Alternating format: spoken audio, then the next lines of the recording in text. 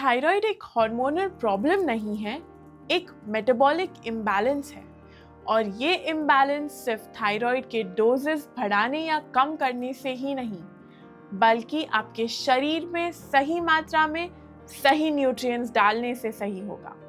तो चलिए आज वो टॉप 7 न्यूट्रिएंट्स और विटामिन्स के बारे में जानेंगे जो आपकी थायराइड हेल्थ को करेंगे बूस्ट और आपके डोजेस को बिल्कुल भी तेजी से नहीं देंगे बढ़ने। चलिए जानते हैं। सबसे पहली चीज तो है ओमेगा 3 फैटी एसिड्स। जी हाँ, ये फैटी एसिड्स आपके शरीर के लिए कितने ज्यादा एसेंशियल होते हैं because they are power packed with a great balance of antioxidants and anti inflammatory properties.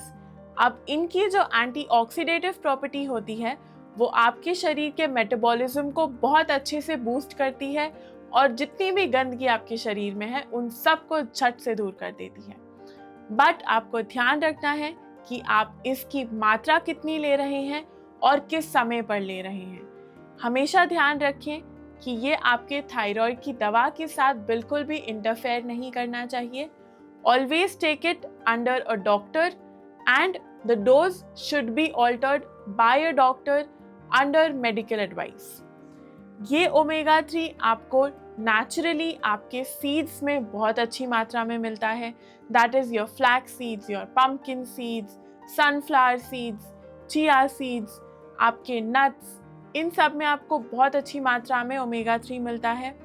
Omega 3 आपके सिर्फ थायराइड ही नहीं बल्कि आपकी स्किन हेल्थ और हेयर हेल्थ में भी बहुत अच्छा साबित होता है। फिर हम बात करेंगे सेलेनियम की। Now selenium is a very good and a vital mineral for thyroid. अब ये क्यों वाइटल मिनरल है? क्योंकि आपके शरीर में जो भी इन्फ्लेमेशन होता है सेलेनियम उसको रिड्यूस करता है और उसको कट थ्रू करता है। अब अगर शरीर में इन्फ्लेमेशन कम होगा तो वजन ऑटोमेटिकली कम होगा। So it boosts your weight loss. So जब भी एक थायराइड पेशेंट को अपने वजन घटाने या कम करने में दिक्कत हो तो ध्यान में रखना कि आप सेलेनियम सही मात्रा में ले भी रहे हो और अगर ले रहे हो तो कितना ले रहे हो। आपको ये ब्राज़ीलियन नट्स में मिलता है, चिया सीड्स में मिलता है, फ्लैक्स सीड्स में मिलता है, ट्यूना में मिलता है, योर सोया प्रोडक्ट्स में बहुत अच्छी मात्रा में मिलता है। So these are some good benefits and some good sources of selenium. तो आप इसको सोच समझ के और ध्यान में रख के ज़रूर कंज्यूम करना। Then let's talk about vitamin D. अब जो विटामिन डी है वो आपके शरीर के लिए बहुत इम्पॉर्टेंट है। अगर विटामिन डी का अब्जॉर्प्शन ढंग से नहीं होगा तो शरीर में कैल्शियम का अब्जॉर्प्शन नहीं होगा और आपके usual cramps, pains, stiffness, weakness ये शरीर में बनी रहेगी। ऑलरेडी जिनको थायराइड है उनका नन्हा सा ग्लैंड तो बहुत आराम से काम करता है और उसकी वजह से एज इट इज आपको प्रोन रहती है weakness. So if your vitamin D levels are not in check and not adequate तो आपको ये सारी दिक्कतें ज़्यादा फेस करने मिलती हैं। इसी के साथ साथ विटामिन डी की वजह से जो एक हार्मोन होता है लेप्टिन, जो आपकी भूख के लिए बहुत अच्छा और बढ़िया फैक्टर प्ले करता है, क्योंकि लेप्टिन हार्मोन की वजह से तो खूब भूख लगती है। तो अगर आप ज़्यादा खाएंगे तो ज़्यादा वजन बढ़ेगा और आपके थायराइड पे असर होगा। तो अगर आपका विटामिन डी चेक में है तो आपका लेप्टिन हार्मोन भी सही लेवल्स में रहता है, जिसकी वजह से आपको इतनी भूख नहीं लगती और आपकी क्रेविंग्स, जो आपके हंगर इश्यूज हैं, वो इतने ज़्यादा नहीं बढ़ते हैं। इसीलिए आपका जो विटामिन डी है हमेशा चेक में रखिए और सही सोर्सेज से, अर्ली मॉर्निंग सन से, एग्स से, आपके डेयरी प्रोडक्ट्स से उसको सही मात्रा में लीजिए। अगर आपको सप्लीमेंट्स लेने की ज़रूरत पड़ रही है, टैबलेट्स या सैशेज लेने की ज़रूरत पड़ रही है तो हमेशा एक डॉक्टर से कंसल्ट करें फिर ही लें। Then let's talk about zinc.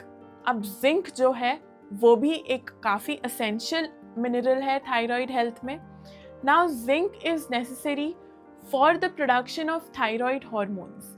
Also जो आपका कन्वर्जन होता है थायराइड हॉर्मोन्स का, जिसकी वजह से आपके थायराइड स्पाइक्स होते हैं, उसमें आपका जिंक बहुत इंपॉर्टेंट रोल प्ले करता है। So it controls and accordingly adjusts your conversions from T4 to T3. Also, जिन लोगों को ऑटो इम्यून थायराइड डिसऑर्डर्स हैं उन लोगों के लिए तो सेलेनियम रामबाण है, बहुत अच्छा है। हाशीमोटो थायराइडाइटिस, नॉर्मल थायराइडाइटिस है, उनके लिए zinc is a very good and a great mineral. Now from where can you have it? आपके चिक पीस, दैट इज आपके छोले, उसमें बहुत अच्छी मात्रा में होता है। आपके लेंटिल्स में बहुत अच्छी मात्रा में पाया जाता है। सीसेम सीड्स, सनफ्लावर सीड्स, इन सब में भी बहुत अच्छी मात्रा में आपको जिंक आपका मिल जाता है। अब आप इनको कहाँ से खा सकते हैं?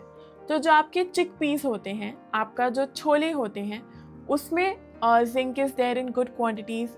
सी फूड में जिंक अच्छी क्वांटिटी में होता है। जो आपके सनफ्लावर सीड्स होते हैं उसमें अच्छी क्वांटिटी में होता है। जो आपकी दालें होती हैं उसमें भी जिंक पाया जाता है। तो हमेशा ध्यान से mindfully consume zinc and do remember it.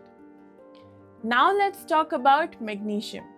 अब मैग्नीशियम भी एक एसेंशियल मिनरल है और ये मिनरल जो है वो आपकी जो एनर्जी लेवल्स हैं, आपके स्लीप डिस्टर्बेंसेस हैं, आपके मसल लॉस, मसल क्रैम्पिंग, इन सब पे एक्ट करता है। सो यूजुअली एक thyroid patient is a bit more dizzy, feels more weak, थोड़ा सा स्लगिश होता है। तो ये जो मैग्नीशियम है आपके इन सब चीज़ों में बहुत मददगारी साबित होता है।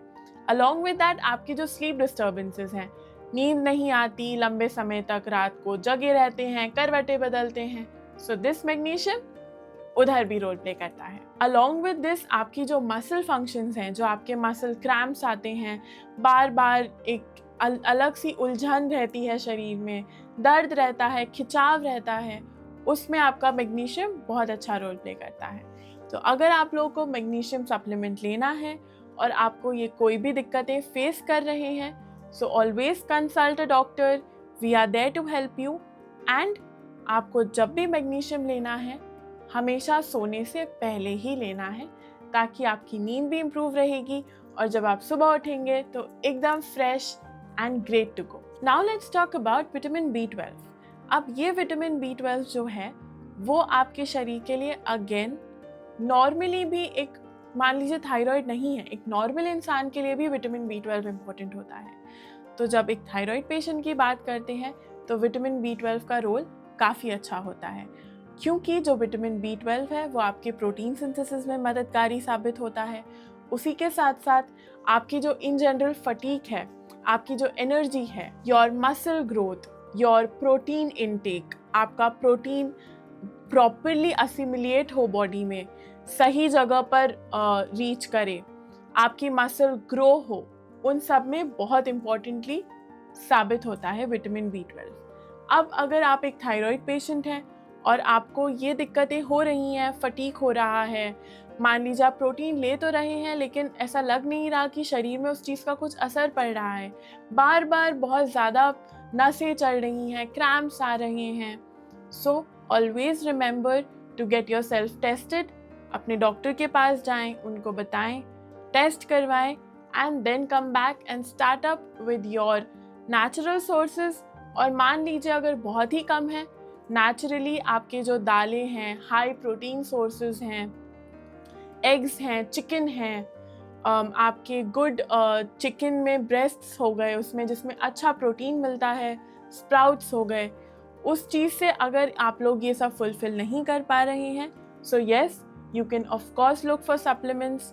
आपकी मेडिसिन आती हैं और विटामिन B12 के इंजेक्शंस भी होते हैं जो we schedule according to your requirements and your needs.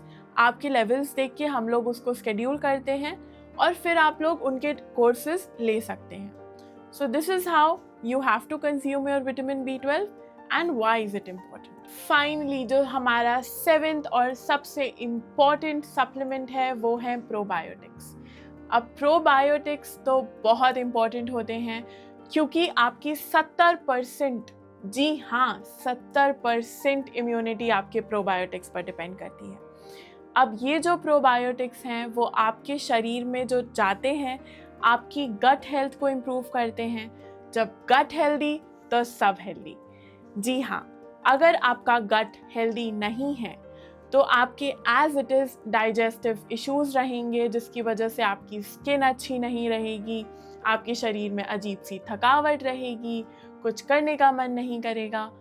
तो आपको प्रोबायोटिक्स अच्छी मात्रा में लेना बहुत ज़रूरी है, स्पेशली अगर आप एक थायराइड पेशेंट हैं, क्योंकि आपकी इम्यूनिटी और आपका मेटाबॉलिज्म थोड़ा सा स्लो रहता है।